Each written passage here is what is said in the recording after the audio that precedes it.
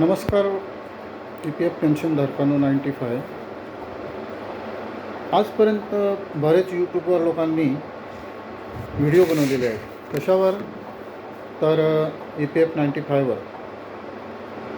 आणि आज पेन्शन वाढेल, उद्या पेन्शन वाढेल अशा हुलथापा देत आहेत. राष्ट्रीय अध्यक्ष श्री कमांडर अशोक राऊत साहेबांनी बऱ्याच असा 19 तारखेचं आंदोलन रद्द करून अशा बऱ्याच हुलथापा मारलेल्या आहेत की आज आणि उद्या तुम्हाला बजेटमध्ये 95 EPF पेन्शन वाढेल.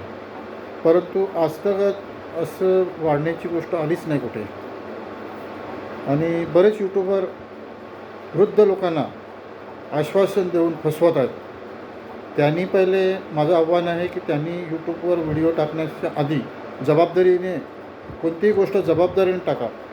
कारण काय आहे, वृद्ध लोक आशावादी आहेत.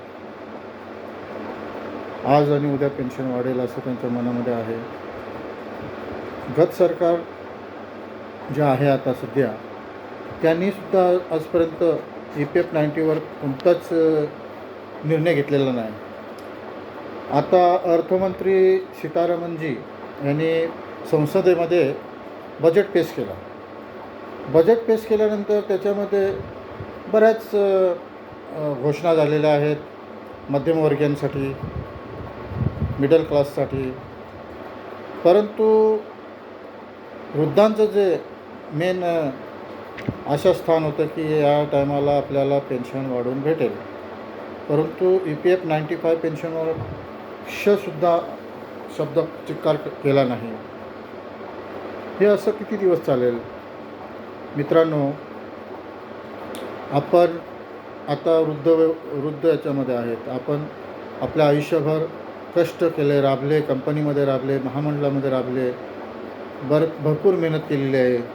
आणि आता ह्या महागाईच्या युगामध्ये 2 लोकांना, म्हणजेच पेन्शनर आणि त्याच्या पत्नीला, किंवा जर पत्नी असेल तर पतीला औषधोपचार वगैरे या ठिकाणी औषधोपचारासाठी त्यांच्याकडे पैसे राहत नाही.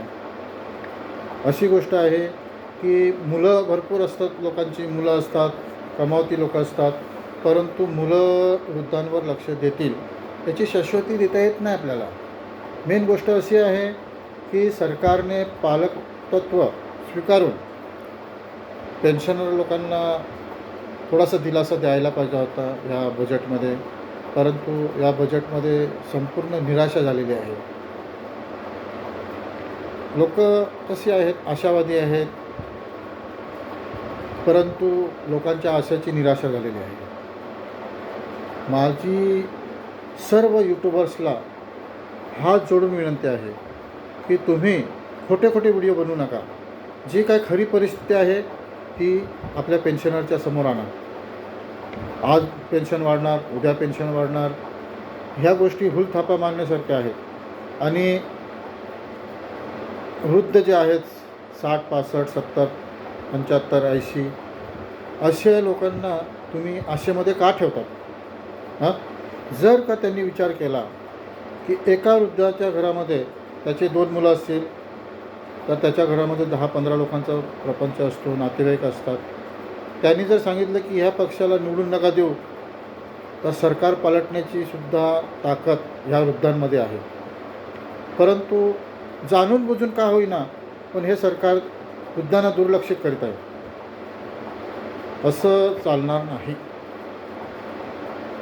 कमांडर अशोक राऊतजी, तुम्हालासुद्धा हात जोडून विनंती आहे की जे आंदोलन ठेवलेलं जानेवारी 18ला ते रद्द करायला पाहिजे नव्हतं. आम्हाला असे आज झाली की तुम्ही आंदोलन रद्द केलं, म्हणजे याचा अर्थ सरकारशी तुमचं बोलणं झालेलं आहे. आणि या बजेटमध्ये सरकार EPF 95 पेन्शनवर योग्य निर्णय घेईल असं प्रत्येक पेन्शनरला वाटत होतं. परंतु अशोकजी, तुम्हीसुद्धा लोकांची निराशा केलेली आहे.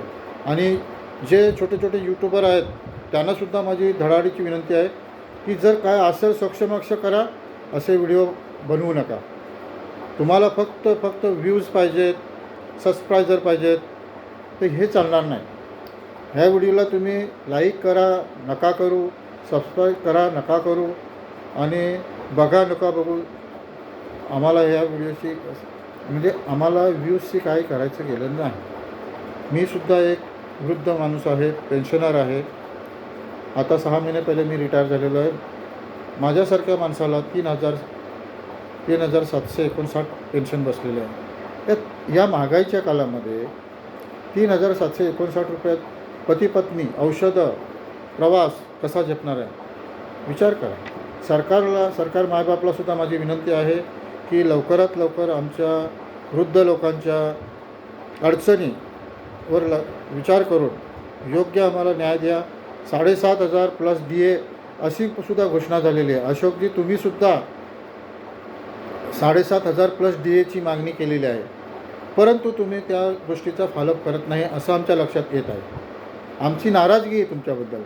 आम्हाला पत्र आलेलं की 18 जानेवारीला दिल्लीला तुमचं कोणतं मैदान आहे ते रामलीला मैदानावर आंदोलन करायचं आहे. आम्ही तयारीत होतो आणि आम्हाला नंतर असं कळलं की आंदोलन मागे घेतलेलं आहे. आंदोलन मागे घेतल्याने आम्हाला असं वाटलं की आता आमचा प्रश्न सुटलेला आहे, पण प्रश्न तर सुटला नाही. हे योग्य नाही.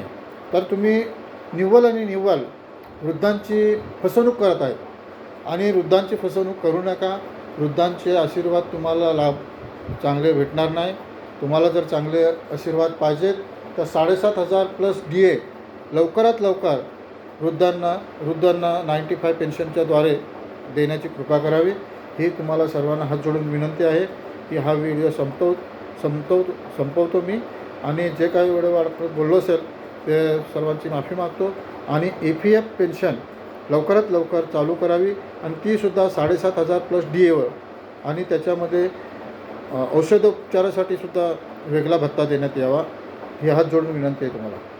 जय हिंद, जय महाराष्ट्र.